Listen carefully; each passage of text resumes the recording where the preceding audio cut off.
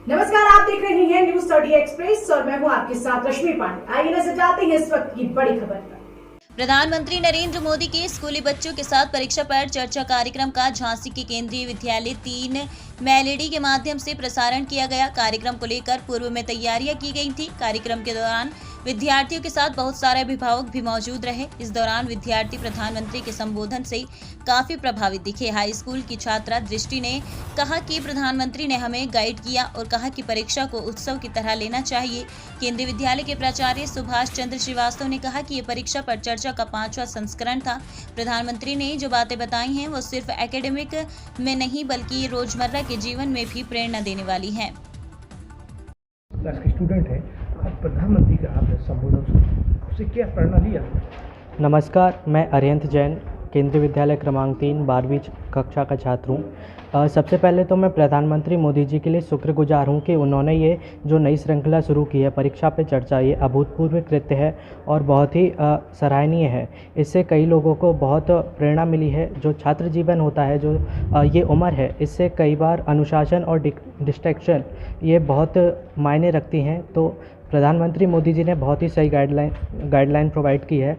और चूँकि जो अभी 3 साल से कोरोना चल रहा था, इसकी वजह से छात्र जीवन में कई नई तरह की समस्याएं उत्पन्न हुई हैं जो पहले कभी नहीं थी। आज के पहले पीढ़ी ने कभी ऐसी दिखी नहीं। नई तरह की समस्याएं आई हैं जिनको प्रधानमंत्री मोदी जी ने बखूबी सुलझाया है और बहुत ही सराहनीय मार्गदर्शन दिया है। उन्होंने कई मुद्दों पर चर्चा की है, जैसे ऑनलाइन और ऑफलाइन ब्लेंड मोड को कैसे समन्वय स्थापित करें, उसमें उनसे कैसे हम रूबरू हों और ऑनलाइन मोड को कैसे प्रोडक्टिव बनाएं। दूसरी जो सबसे मुख्य चर्चा थी उन्होंने कि डिप्रेशन में ना जाएं, खुद सेल्फ कॉन्फिडेंट रहें और अपने पुराने परिणामों को पीछे छोड़कर नई तरक्की के लिए आगे बढ़ें। कई चीज़ें उन्होंने परीक्षा से चर्चा से थोड़ा हटकर भी ली थी, जैसे छात्र जीवन में खेलकूद का महत्व और हमारा पर्यावरण, जो कि बहुत ही अच्छी चीज़ है। हमें अपने पर्यावरण का भी बहुत अच्छा प्रभाव पड़ता है छात्र जीवन पर। एक स्वच्छ पर्यावरण में ही हम अच्छे से पढ़ सकते हैं, अपने मार्क्स इम्प्रूव कर सकते हैं।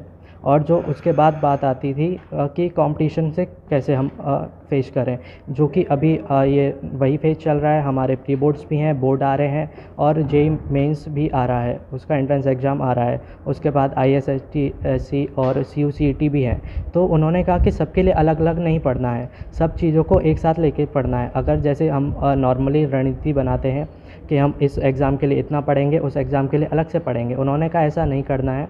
हमें सारी चीज़ों को एक साथ पढ़ना है और एक साथ में ही पूरा पढ़ लेना है, ताकि हमें अलग अलग ना पढ़ना पड़े और कंपटीशन हमारे जीवन को बहुत ही अच्छे तरीके से ऊपर ले जाएगा। आप किस क्लास के स्टूडेंट हैं? आज हमने प्रधानमंत्री का संबोधन सुना, उससे क्या प्रेरणा लिया? नमस्कार, मैं दृष्टि श्रीवास्तव कक्षा 10वीं की छात्रा हूँ। आज परीक्षा पे चर्चा का 5वां फेज़ हुआ, जो हमारे विद्यालय में लाइव टेलीकास्ट कराया गया। हमने बड़ी स्क्रीन पे उसका लोभ उठाया। हमारे माननीय प्रधानमंत्री जी ने हमको कई तरीके बताए कि किस प्रकार हम अपनी परीक्षा को परीक्षा के समय तनाव लेने की बजाय उसको एंजॉय कर सकते हैं और फेस्टिवल की तरह मना सकते हैं। विभिन्न प्रश्न थे जो विभिन्न बच्चों के द्वारा पूछे गए, जो कि भारत के हर एक बच्चे के मन में उठते हैं, जिसका हमारे माननीय प्रधानमंत्री जी ने बहुत सहजता से और अच्छे से जवाब दिया और हमको उसके उत्तर मिल गए। कई बातें उन्होंने बताई कि किस प्रकार हम परीक्षा में तनाव ना लें और किस प्रकार हम उसको फेस्टिवल्स की तरह एंजॉय करें। बट कई चीज़ें थी जो मुझे पर्सनली बहुत ज़्यादा अट्रैक्ट की। उन्होंने एक जो पॉइंट बताया कि कंपटीशन जो होता है वो कितना ज़्यादा महत्वपूर्ण है। कंपटीशन को हम जनरली नेगेटिवली लेते हैं और उसका तनाव लेकर के हम और ज़्यादा डिप्रेशन में जाते हैं और दुखी हो जाते हैं कि यदि हमने इस मुकाम पर हम नहीं पहुँचे तो समाज में हमारी क्या बातें होंगी। परंतु हमें ऐसा नहीं करना है। हमें कंपटीशन को पॉजिटिवली लेना है और उसे एक मौके की तरह लेना है कि कैसे हम कंपटीशन में अच्छा परफॉर्म करके खुद को जान सकते हैं। हम ज़्यादातर कुएं के मेंढक बन के रह जाते हैं और यही सोचते हैं कि हम यहाँ पे अच्छा कर रहे हैं, मतलब हम अच्छा ही कर रहे हैं, परंतु यह नहीं है। यदि हम थोड़े बड़े पैरामीटर से सोचें तो कंपटीशन हमें ये बताएगा कि हमारी क्या पोजीशन है और हम कहाँ पे स्टैंड करते हैं। रही बात तनाव की, तो तनाव के बारे में उन्होंने बहुत अच्छा बताया, स्पेशली एग्ज़ाम हॉल में जो हमारे ऊपर तनाव होता है। हमें आता सब है, सबके पास वही दिमाग है, सब वही उसी तरीके से प्रिपेयर करते हैं, बट लोगों का जो मन की स्थिरता है वो अलग अलग करती है, वो डिफ़र करती है। कई लोग होते हैं जिनका मन स्थिर होता है, जो सोच के आते हैं पहले से कि नहीं हमें स्थिर मन से, शांत मन से एग्ज़ाम देना है, तो वो सब चीज़ें कर पाते हैं। परंतु कई बच्चे होते हैं जिन्हें आता सब है परंतु उनका मन स्थिर नहीं होता, वह तनाव में होते हैं, इस प्रकार आते हुए भी वे नहीं कर पाते। उन्होंने बहुत अच्छा उदाहरण दिया कि 2 ग्लास पानी के अगर हम लें और उन दोनों में सिक्के डाल दें और 1 ग्लास के पानी को यदि हम हिलाएं तो उसका पानी तो हिलेगा परंतु सिक्के पर जो लिखा है वो हमें साफ तरीके से नहीं दिखेगा। परंतु यदि हम जो स्थिर पानी वाला ग्लास है उसका सिक्के देखें तो हमें सब साफ उसमें दिखेगा।